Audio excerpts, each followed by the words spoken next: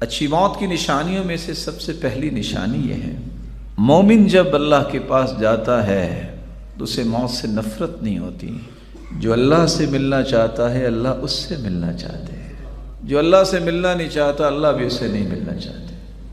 اس لیے جب انسان مومن جو اللہ کے پاس جانے لگتا ہے تو حدیث کے الفاظ ہیں، اللہ تعالیٰ اس کو موت کے قریب اپنی رحمت، اپنی رضامندی اور جنت، کتنی چیزیں؟ 3 چیزیں۔ صحیح مسلم کی روایت ہے 2684، بندہ مومن کو اللہ جان نکالنے سے پہلے 3 خوشخبریاں دے دیتے ہیں۔ میرے بندے، تم میری رحمت کے مستحق ہو، میں تم سے راضی ہوں، تم جنتی ہو۔ اس کے چہرے پہ روشنی آ جاتی ہے تو وہ پھر کہتے ہیں اللہ مجھے فوراً لے جا۔ یہی وہ چیز ہے جو بعض لوگ جب دنیا سے جاتے ہیں تو ان کی مسکراہٹ نظر آ رہی ہوتی ہے، اللہ سبحانہ و تعالیٰ نیک لوگوں کو خوشخبری دلوا دیتے ہیں۔ اور جب کسی کو اللہ عز وجل اچھی موت نہیں دیتے، کافر جو ہوتا ہے اس کو بھی خوشخبری سنائی جاتی ہے۔ وہ خوشخبری کیا ہے؟ تمہیں عذاب بھی ملے گا اور اللہ تجھ سے ناراض ہیں۔ اب سوچ سکتے ہیں پھر وہ عذاب اور ناراضگی کو لینے کے لیے کیسے چاہت کرے گا کہ میں اللہ سے ملوں۔ اللہ عز وجل موت سے پہلے ہر ایک کو اپنی رحمت، رضامندی اور جنت کی خوشخبری نصیب فرمائے۔ اچھی موت کی ایک دوسری نشانی یہ ہے کہ انسان جمعے کے دن فوت ہو، یہ جمعے کی رات کو فوت ہو۔ رسول اکرم صلی اللہ علیہ وسلم کا فرمان ہے، جامع ترمذی کی روایت ہے 1074، جو شخص جمعے کے دن یا جمعے کی رات کو فوت ہو جاتا ہے اللہ اسے عذاب قبر سے محفوظ کر دیتا ہے۔ ایک تیسری بات بھی جو ہے انسان کی اچھی موت کی نشانی ہے، رسول اللہ صلی اللہ علیہ وآلہ وسلم نے فرمایا، جو اللہ عز و جلال کی راہ میں شہید ہو جائے، اس سے اچھی موت کون سی ہو سکتی ہے؟ صحابہ کرام نے سوال کیا، اس کا مطلب ہے شہید تو بہت تھوڑے ہوں گے؟ فرمایا سنو، شہید جو ہیں وہ تھوڑے نہیں ہیں، بلکہ آپ صلی اللہ علیہ وسلم نے پھر اس کی اقسام گنوائی۔ فرمایا ایک وہ ہے جو اللہ ذوالجلال کی راہ میں دین کی سربلندی کے لیے اپنی جان کا نذرانہ پیش کرتا ہے، ایک شہید ہے وہ۔ والغرق شہید، کوئی ڈوب کے فوت ہو جائے وہ بھی شہید۔ والہدم، اگر کسی پہ کوئی دیوار گر گئی ہے یا کوئی اور چیز گر گئی ہے وہ فوت ہو جائے تو وہ بھی شہید۔ والموت بالحرق، کوئی آگ میں جھلس گیا فوت ہو گیا وہ بھی شہید۔ والمبطون شہید، ایسا انسان جس کو پیٹ کی بیماری کوئی بھی بیماری لگی ہے وہ بھی شہید۔ والمطعون شہید، اور طاعون کی بیماری میں جو فوت ہو گیا وہ بھی شہید۔ من قتل دون عرضہ فہو شہید، جو اپنی عزت بچاتے ہوئے فوت ہو گیا وہ بھی شہید۔ من قتل دون مالہ فہو شہید، کوئی ڈاکو ڈکیت آ کے اس سے مال چھینتا ہے، اسی اثناء میں اس پہ اس طرح حملہ ہوتا ہے وہ فوت ہو جاتا ہے وہ بھی شہید۔ اور جو عورت زچگی کے وقت فوت ہو جاتی ہے، ولادت کے وقت، وہ بھی شہید ہے۔ رسول اللہ صلی اللہ علیہ وآلہ وسلم نے یہ بات بھی صحابہ کرام کو سمجھا دی۔ اور کتنا خوبصورت ایک چوتھا جو ہے وہ سبب ہے جو نشانی بن جاتی ہے، اللہ کی راہ میں پہرا دینے والا جو ہے اور ایسا پہرا دیتے ہوئے اللہ کے پاس جاتا ہے، یہ بھی انسان ایسا انسان ہے کہ اس کو اللہ نے اچھی موت عطا کی۔ اور کس قدر خوبصورت 5ویں ایک نشانی ہے، بندہ توحید والا ہے، حلال مال کے ساتھ حج کرنے گیا، عمرہ کرنے گیا اور احرام کی حالت میں فوت ہو گیا۔ رسول اللہ صلی اللہ علیہ وسلم نے ایک چھٹی بات بھی سمجھائی کہ مومن کی اچھی موت کی ایک نشانی یہ ہے، موت المؤمن بعرق الجبین۔ مسند احمد کی روایت ہے، مومن جب فوت ہوتا ہے تو اس کی پیشانی پہ پسینہ آ جاتا ہے، اور 7ویں اور آخری نشانی اس کی زبان پہ لا الہ الا اللہ جاری کر دیتے ہیں۔ رسول اللہ صلی اللہ علیہ وآلہ وسلم نے فرمایا، من کان آخر کلامہ لا الہ الا اللہ دخل الجنہ، جس کی زندگی کے آخری کلمات لا الہ الا اللہ ہوں، وہ اللہ کی جنت کا مہمان بنتا ہے۔ حدیث یہ ہے لقنوا موتاکم بلا الہ الا اللہ، جب کوئی قریب المرگ ہو تو اسی کلمہ پڑھایا کرو، تلقین کیا کرو، وہ کلمہ پڑھے۔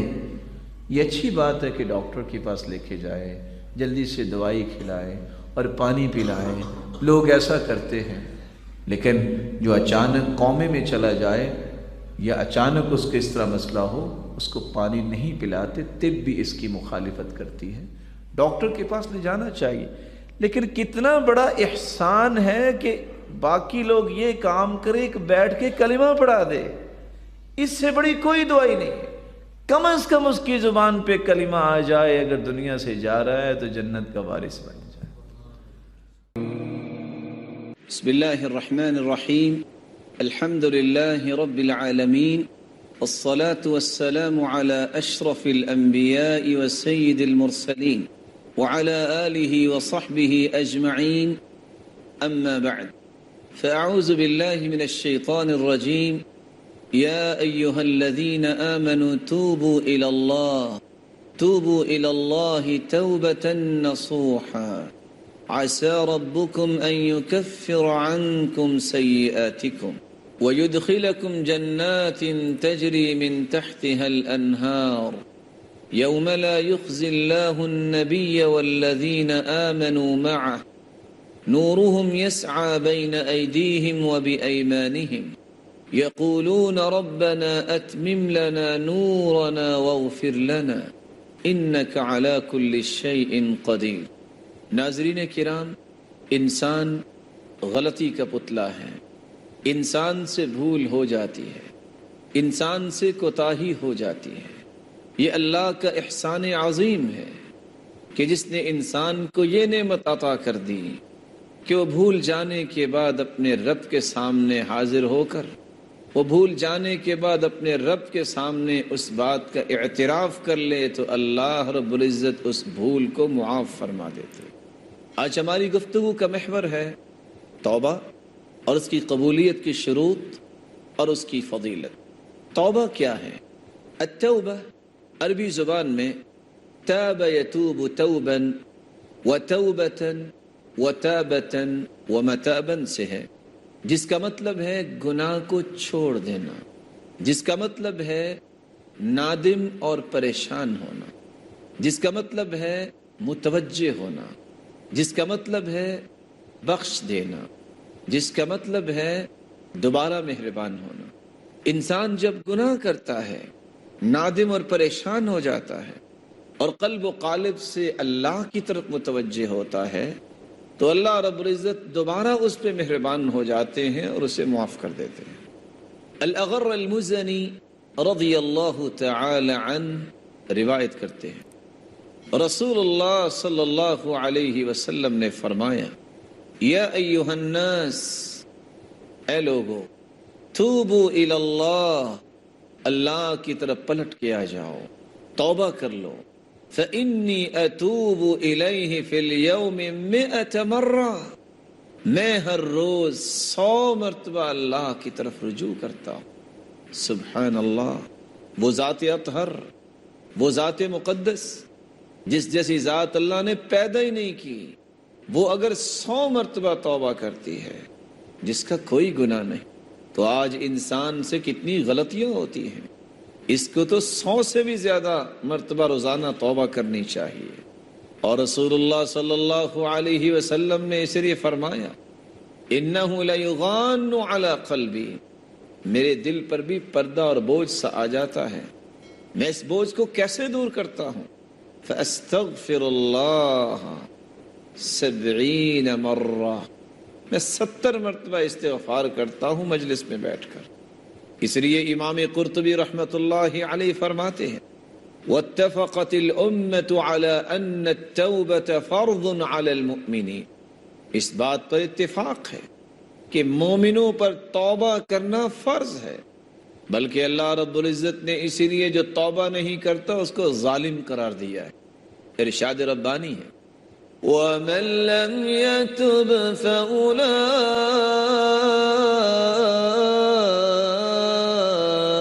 هم الظالمون.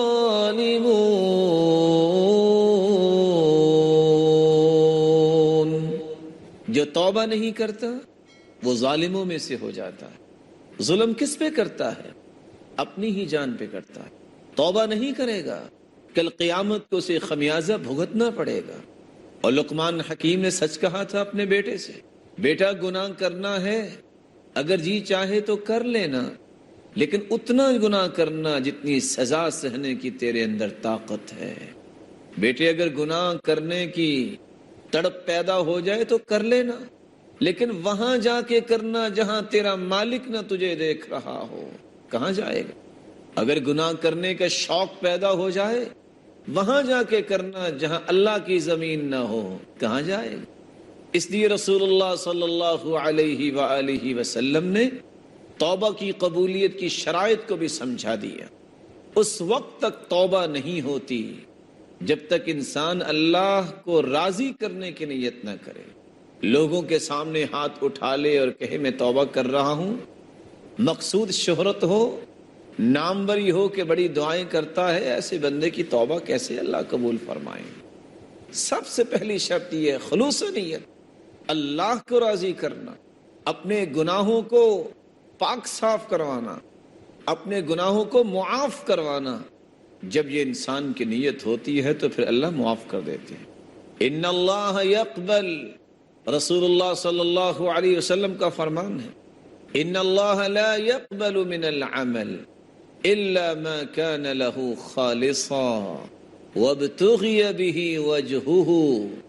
اللہ رب العزت کے ہاں وہی عمل قابل قبول ہوتا ہے جو اللہ کی رضا کے لیے کیا جائے اور اسی کی رضا مقصود ہو.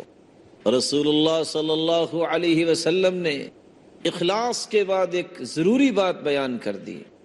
فرمایا ان اللہ احتجر التوبہ عن کل صاحب بدعہ حتی یدعہا. اللہ رب العزت اس بدعتی کی توبہ کو قبول ہی نہیں کرتے جب تک وہ بدعت کو چھوڑ نہیں دیتا. اور دوسری روایت کے لفظ ان اللہ احتجب التوبہ عن کل صاحب بدعہ، اللہ اس شخص کے سامنے پردہ لٹکا دیتے ہیں جو بدعت کا مرتکب ہوتا ہے. دوسرے لفظ میں اسے محمد مصطفیٰ کے طور طریقے پسند نہیں آئے. آپ کی ذات جس طرح بے مثال ہے آپ کے اقوال بھی بے مثال ہیں، آپ کی ذات جس طرح اعلیٰ ہے آپ کے اعمال بھی اسی طرح اعلیٰ ہیں. جو رسول اللہ صلی اللہ علیہ وسلم کے اقوال اور اعمال مبارکہ کو اہمیت نہیں دیتا، اللہ رب العزت کے ہاں اس شخص کی کوئی اہمیت نہیں. اخلاص اور بدعت سے دور ہونا، جب تک بدعت کو چھوڑ نہیں دیتا اس وقت تک اس کی توبہ کو قبول نہیں کیا جاتا. تیسری شرط الاعتراف، انسان اقرار کرے، اعتراف کرے کہ میرے مالک مجھ سے گناہ ہو گیا ہے. ان العبد اذا اعترف ثم تاب تاب اللہ علیہ. بندہ مومن جب اعتراف کر لیتا ہے، اقرار کر لیتا ہے تو اللہ رب العزت اسے معاف فرما دیتے. چوتھی شرط یہ ہے الاقلاع عن الذنب، جس گناہ سے توبہ کر رہا ہے اس گناہ کو چھوڑ دے. جب انسان اس گناہ کو چھوڑ دیتا ہے تبھی اس کی توبہ ہے. اگر گناہ بھی کرتا جائے اور توبہ کے الفاظ بھی اپنی زبان سے بولتا جائے تو ایسی توبہ تو نہیں ہوتی. اس لیے قاضی فضیل ابن عیاض رحمۃ اللہ علیہ کہا کرتے تھے الاستغفار بلا اقلاع عن الذنب توبۃ الکذابین. جو انسان گناہ نہیں چھوڑتا اور توبہ کرتا ہے اور کہتا ہے میں تو توبہ کر رہا ہوں، نماز پھر بھی نہیں پڑھتا، اور توبہ کر رہا ہے کہ میں نماز پڑھوں گا پچھلی معافی مل جائے اور نماز پھر بھی نہیں پڑھتا، یہ تو جھوٹے لوگوں کی توبہ ہے. اور رسول اللہ صلی اللہ علیہ وسلم نے فرمایا ان العبد اذا اخطأ خطیئہ نکتت فی قلبہ نکتۃ سوداء. جب بندہ غلطی کرتا ہے تو اس کے دل پہ کالا ایک نکتہ لگ جاتا ہے، ایک نشان لگ جاتا ہے.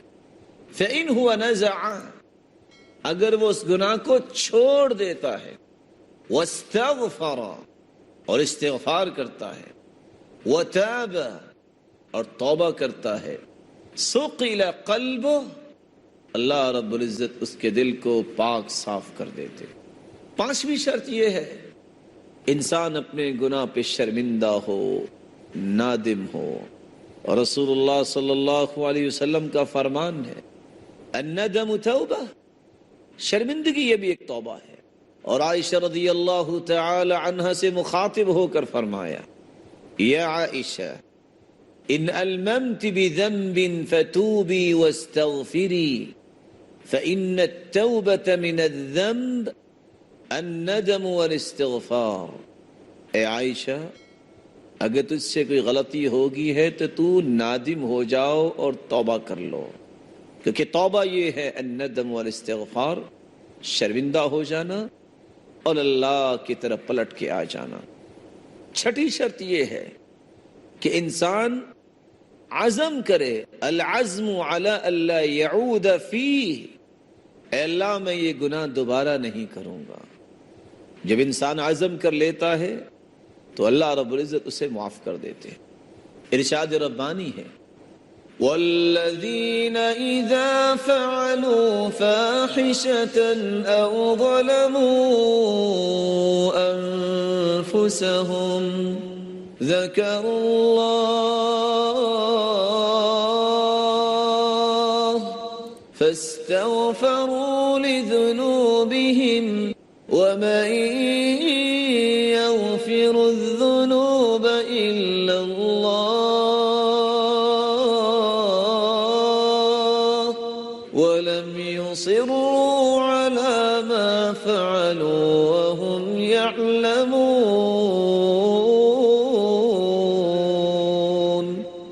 والذین اذا فعلوا فاحشة، جو لوگ اللہ کی نافرمانی کر بیٹھتے ہیں، او ظلموا انفسهم، یہ اپنی جانوں پہ ظلم کر بیٹھتے ہیں، ذکر اللہ، وہ اللہ کا ذکر کرتے ہیں، فاستغفروا لذنوبهم، اور اپنے گناہوں کی بخشش طلب کرتے ہیں، ومن یغفر الذنوب الا اللہ، اللہ کے علاوہ کون گناہوں کو معاف کر سکتا ہے، ولم یصروا علی ما فعلوا وهم یعلمون، پھر دوبارہ وہ گناہوں پہ اصرار نہیں کرتے، جو عزم کر لیے اس پہ پختگی دکھاتے ہیں۔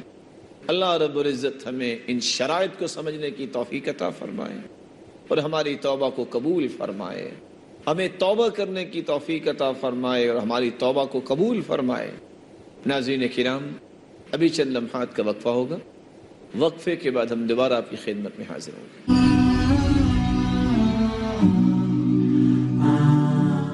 السلام علیکم ورحمۃ اللہ وبرکاتہ۔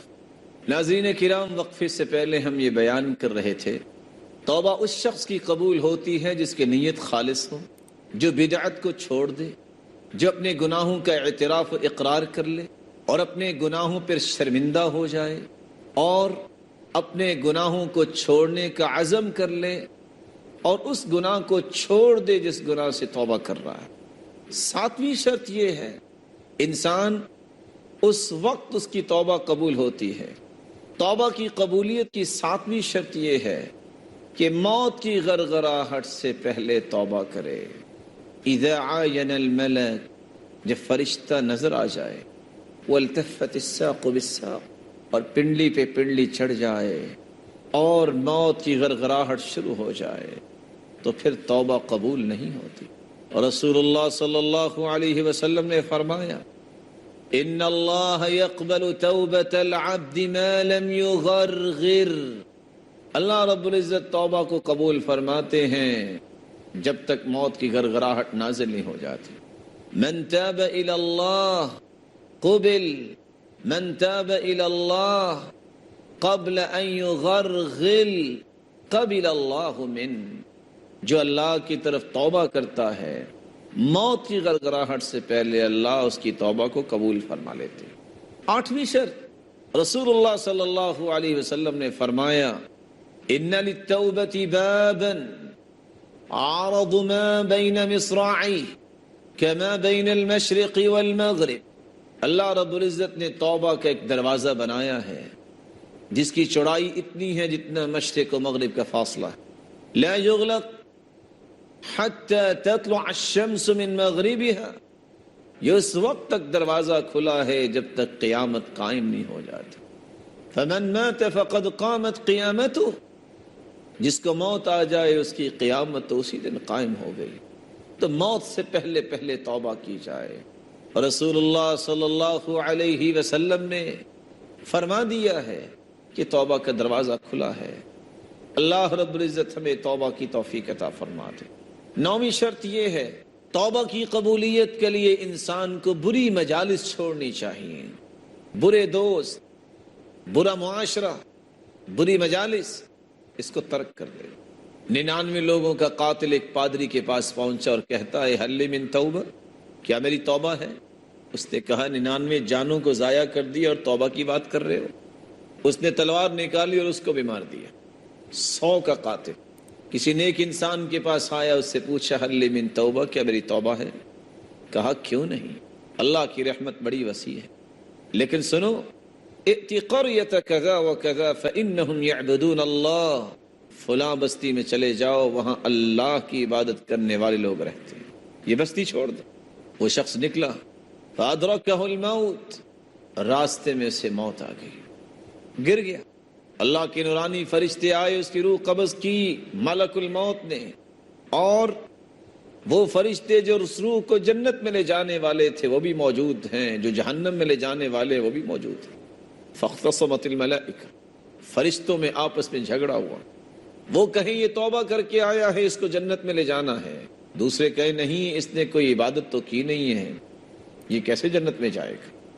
اللہ نے ایک اور نورانی فرشتہ بھیجا کہ فیصلہ کرواؤ. قیسوا بینہما، ان دونوں کے درمیان نیک لوگوں کی بستی اور برے لوگوں کی بستی، ان دونوں کے درمیان پیمائش کرو. اس کا جسد خاکی جن لوگوں کے قریب ہوگا فیصلہ ہو جائے. فقاسوا، جو انہوں نے پیمائش کی، فوجداہ الی ہذہ اقرب بشبر، اس کا جسد خاکی نیک لوگوں کی طرف ایک بلشت قریب تھا. فیصلہ ہو گیا کہ یہ جنت میں جائے. اللہ رب العزت توبہ قبول کرتے ہیں اس شخص کی جس شخص کی نیت خالص ہو، بدعت کو چھوڑ دے، اقرار کر لے، اعتراف کر لے، شرمندہ ہو جائے، اس گناہ کو چھوڑ دے جس سے توبہ کر رہا ہے، عزم کرے کہ آئندہ نہیں کروں گا. موت کی غرغراہٹ سے پہلے، قیامت سے پہلے، موت سے پہلے توبہ کرے اور برے لوگوں کی صحبت کو چھوڑ دے. اللہ رب العزت توبہ قبول فرماتے ہیں. اس لیے رسول اللہ صلی اللہ علیہ وسلم نے فرمایا توبہ کی فضیلت بیان کرتے ہوئے، التائب من الذنب کمن لا ذنب له، جو سچی توبہ کر لیتا ہے وہ تو ایسے ہو جاتا ہے جیسے اس نے گناہ کیا ہی نہیں. اور رسول اللہ صلی اللہ علیہ وسلم نے فرمایا ان الشیطان قال، شیطان کہنے لگا، وعزتک یا رب، تیری عزت کی قسم اے میرے رب، لا ابرح اغوی عبادک ما دامت ارواحهم فی اجسادهم، میں تیرے بندوں کو گمراہ کرتا رہوں گا جب تک وہ زندہ رہیں گے. اللہ رب العزت نے جواب دیا، وعزتی وجلالی لا ازال اغفر لهم ما استغفرونی، مجھے میری عزت کی قسم، میری جلالت کی قسم، جب تک وہ مجھ سے بخشش طلب کرتے رہیں گے میں بھی معاف کرتا رہوں گا. اور رسول اللہ صلی اللہ علیہ وسلم نے فرمایا ما من مسلم يدعو بدعوة ليس فيها اسم ولا قطيعة رحم إلا أعطاه الله إياه، إما أن يعجل له دعوته وإما أن يصرف عنه من السوء مثلها وإما أن يدخرها له في الآخرة. بندہ جب دعا کرتا ہے اللہ رب العزت سے معافی طلب کرتا ہے، گناہ کی دعا نہیں، قطع رحمی کی دعا نہ ہو، تو اللہ رب العزت 3 چیزوں میں سے ایک چیز اس کو عطا کر دیتے ہیں. اللہ فوراً اس کی دعا کو قبول فرما لیتے ہیں، یا اس سے مصیبت کو ٹال دیتے ہیں، یا اس کے لیے قیامت کے دن کے لیے ذخیرہ کر لیتے ہیں. اور رسول اللہ صلی اللہ علیہ وسلم نے تو فرمایا ان صاحب الشمال ليرفع القلم 6 ساعات عن العبد المسلم المخطئ فإن هو فإن ندم واستغفر الله منها ألقاها وإلا كتبت واحدة. اللہ رب العزت نے اپنے بندوں کے ساتھ کتنی رحمت کا معاملہ کیا. وہ فرشتہ جو گناہ لکھتا ہے اس کو آرڈر دیا ہے ان صاحب الشمال لیرفع القلم 6 ساعات. میرے فرشتے 6 گھڑیوں تک تم نے گناہ لکھنا نہیں. میرے بندے سے بھول ہو گئی 6 گھڑیوں تک اس کا انتظار کرو. فإن ندم، اگر 6 گھڑیوں کے اندر اندر یہ شرمندہ ہو جائے، واستغفر اللہ منہا، اور اس گناہ سے اس نے اللہ سے توبہ کر لی، القاہا، میرے فرشتے اس کو لکھنے کی بھی ضرورت نہیں، میں اس کو معاف کر دیتا. اور اگر 6 گھڑیوں میں بھی پلٹ کے میری طرف نہیں آتا، وَإِلَّا كُتِبَتْ وَاحِدًا، تو پھر اس کا ایک گناہ لکھ دیا جائے. اور رسول اللہ صلی اللہ علیہ وسلم نے فرمایا، اللہ رب العزت فرماتے انا عند ظن عبدی بی ان خیرا فخیر وان شرا فشر. میں اپنے بندے کے گمان کے مطابق اس کو انعامات سے نوازتا ہوں. اگر خیر کی امید رکھے تو میں خیر ہی عطا کرتا ہوں، اگر وہ شر کے جذبات رکھتا ہے تو اس کو خیر کیسے ملے. بلکہ رسول اللہ صلی اللہ علیہ وسلم فرماتے ہیں، حدیث قدسی ہے، اللہ رب العزت نے فرمایا انا مع عبدی ما ذکرنی وتحرکت بی شفتا. میری رحمت میرے بندے کے ساتھ ہوتی ہے، اس کے ہونٹ حرکت میں آتے ہیں، میری رحمت اس پہ نازل ہو جاتی ہے. وہ میرے سامنے ہاتھ پھیلائے تو صحیح. ان اللہ یبسط یدہ باللیل لیتوب مسیء النہار ویبسط یدہ بالنہار لیتوب مسیء اللیل. اللہ رب العزت رات کو ہاتھ پھیلاتے ہیں، کوئی ہے جس نے دن کو گناہ کیا میں اسے معاف کر. دن کو ہاتھ پھیلاتے ہیں، کوئی ہے جو رات کی تاریکی کے دھوکے میں آ کے گناہ کر بیٹھا میں اسے معاف کر دیتا ہوں. اللہ رب العزت سے دعا ہے اللہ رب العزت ہمیں توبۃ نصوح، سچی توبہ کرنے کی توفیق عطا فرمائے، اور ہمیں ان شرائط کی روشنی میں اپنی توبہ کو اللہ کے سامنے پیش کرنے کی توفیق عطا فرمائے. اور اللہ رب العزت ہمارے گناہوں کو معاف فرمائے، ہماری خطاؤں اور لغزشوں سے درگزر فرمائے. وآخر دعوانا ان الحمدللہ رب العالمین. اس کار کی پابندی کیا کرو. نماز کے بعد گنتی کے 4 سے 5 منٹ، زیادہ نہیں، اللہ کا ذکر کرو. زیادہ سے زیادہ انسان کو یہ ہوتا ہے دکان، میرے کسٹمر انتظار کر رہے ہوں گے، دینا پھر بھی کس نے ہے. دینے والے کو چھوڑ کے چلے جاؤ، جو لینے والے ان کے پاس چلے جاؤ، کیا ملے گا؟ زیادہ سے زیادہ کتنی کمائی کر لو گے؟ حدیث کہتی ہے صحابہ نے کہا اللہ کے رسول سبق المفردون، سبقت لے گئے جن کے پاس مال تھا، وہ حج، عمرہ، جہاد، صدقہ کرتے. ہمارے پاس اتنے مال ہی نہیں ہیں. ہمیں بھی کوئی نسخہ بتا دیجئے کہ ان کے اجر کے برابر ہو جائیں. یہ نہیں نسخہ مانگا کہ کوئی نسخہ لائن بتا دیں کہ اتنا مال مل جائے. کیا کمال کی سوچ تھی ان کی. کہا آپ نماز کے بعد 33 مرتبہ سبحان اللہ کہہ دینا، 33 مرتبہ الحمدللہ کہہ دینا، 34 مرتبہ اللہ اکبر کہہ دینا، تمہیں حج، عمرے، جہاد اور صدقہ جو وہ کرتے ہیں اس کے برابر اجر مل جائے. دیانتداری سے بتائیے، اگر آپ سارے دن میں 5 نمازیں ہیں، اگر آپ یہ 20 منٹ سے 25 منٹ بیٹھ جائیں تو کتنی مرتبہ حج، عمرے اور صدقے اور جہاد کا ثواب مل جائے. اگر آپ چھوڑ کے چلے جائیں تو آپ کتنا کو صدقہ کریں گے اور کتنی مرتبہ حج کے پیسے جمع کر لیں گے.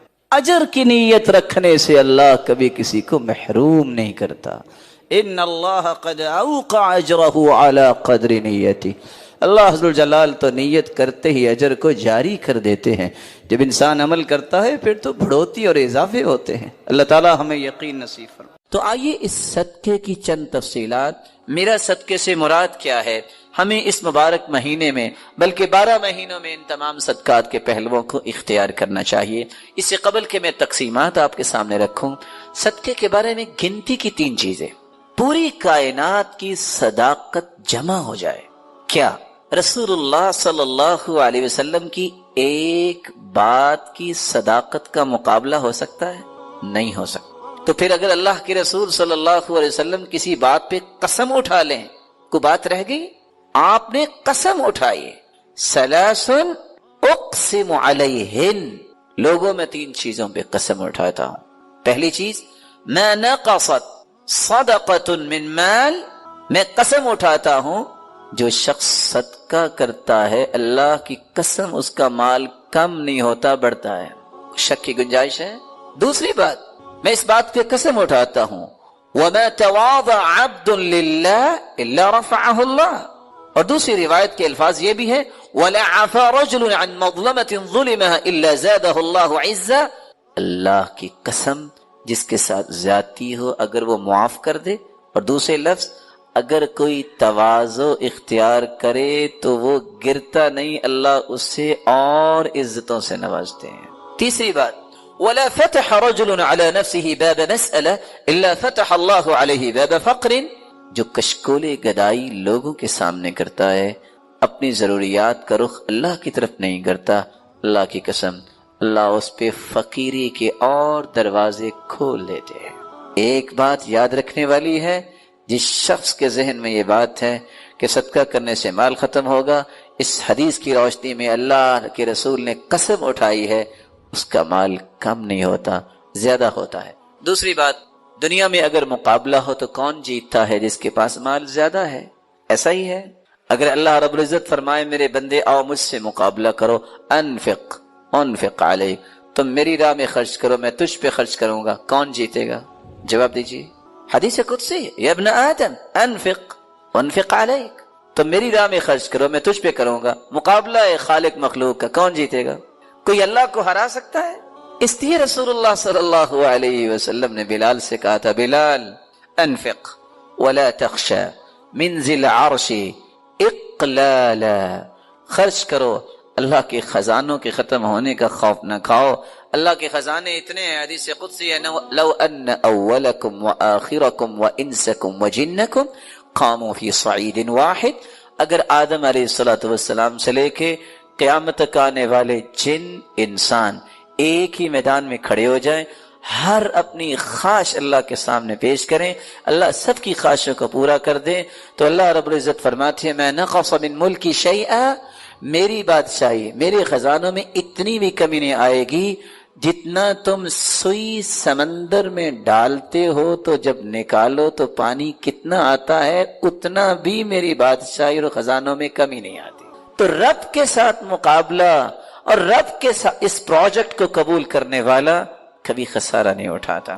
تیسری بات، آج دنیا میں انسان جس کی چاہے منت کر لے کہ تم میرے لیے دعا کرو، کوئی شورٹی دے سکتا ہے کہ اس کی دعا قبول ہوگی؟ نہیں، اللہ جانتا ہے۔ لیکن نورانی فرشتے ایسی مخلوق ہیں جو دعا کریں تو اللہ رد نہیں کرتے، اور اس کا راز کیا ہے؟ نورانی فرشتے اس وقت تک دعا کرتے ہی نہیں جب تک اللہ تعالیٰ کا حکم نہ ہو، اور اللہ رب العزت اپنے فرشتوں کو اس وقت تک حکم دیتے ہی نہیں جب تک اپنے بندے سے راضی نہ ہو جائیں۔ جب اللہ راضی ہوتے ہیں اپنے بندے سے تو فرشتوں سے کہتے ہیں دعا کرو، پھر اللہ قبول فرماتے ہیں۔ اور صحیح بخاری اور مسلم کی روایت ہے ما من یوم یصبح العباد فیہ الا وملکان ینزلان یقول احدهما اللهم اعط منفقا خلفا ويقول الاخر اللهم اعط ممسكا تلفا، دو فرشتے ہر روز اللہ کی طرف سے نازل ہوتے ہیں جن میں سے ایک دعا کرتا ہے اے اللہ جو تیری راہ میں مال خرچ کرتا ہے اے اللہ اس کے مال میں برکت فرما۔ دعا کون کر رہا ہے؟ فرشتہ۔ قبول کون کرے گا؟ میرا مالک۔ اور دوسرا فرشتہ دعا کیا کرتا ہے؟ اللہم اعطی ممسکا تلفا، اے اللہ جو بخل کرتا ہے تیری راہ میں خرچ نہیں کرتا، تلفن اس کے مال کو تلف کر دے، برباد کر دے۔ تو اللہ کی راہ میں صدقہ کرنے والا اس کے لیے جہاں اللہ کے رسول نے قسم اٹھائی کہ مال کم نہیں ہوگا زیادہ ہوگا، جہاں اللہ رب العزت نے فرمایا تم میرے راہ میں خرچ کرو گے میں تجھ پہ خرچ کروں گا، وہاں فرشتوں کی دعاؤں کا مستحق بنتا ہے۔ اللہ رب العزت سب کو توفیق عطا فرمائے۔ یہ ہے مال کا صدقہ۔ لیکن صرف مال کا صدقہ نہیں، مومن اس کی اپروچ جو ہوتی ہے وہ اسلام کے تمام پہلوؤں پہ ہوتی ہے، کسی ایک جہت پر نہیں۔ اسلام کی یہی تو خوبصورتی ہے۔ اگر کسی کے پاس مال نہیں تو وہ کیا کرے گا؟ محروم ہے صدقے کے اجر سے؟ نہیں محروم۔ وہ کیا کرے؟ رسول اللہ صلی اللہ علیہ وسلم نے فرمایا ان بکل تسبیحۃ صدقہ، سبحان اللہ کہنا صدقہ ہے، بکل تکبیرۃ صدقہ، اللہ اکبر کہنا صدقہ ہے، بکل تحمیدۃ صدقہ، الحمدللہ کہنا صدقہ ہے، بکل تہلیلۃ صدقہ، لا الہ الا اللہ کہنا صدقہ ہے، امر بالمعروف صدقہ، نیکی کا حکم کرنا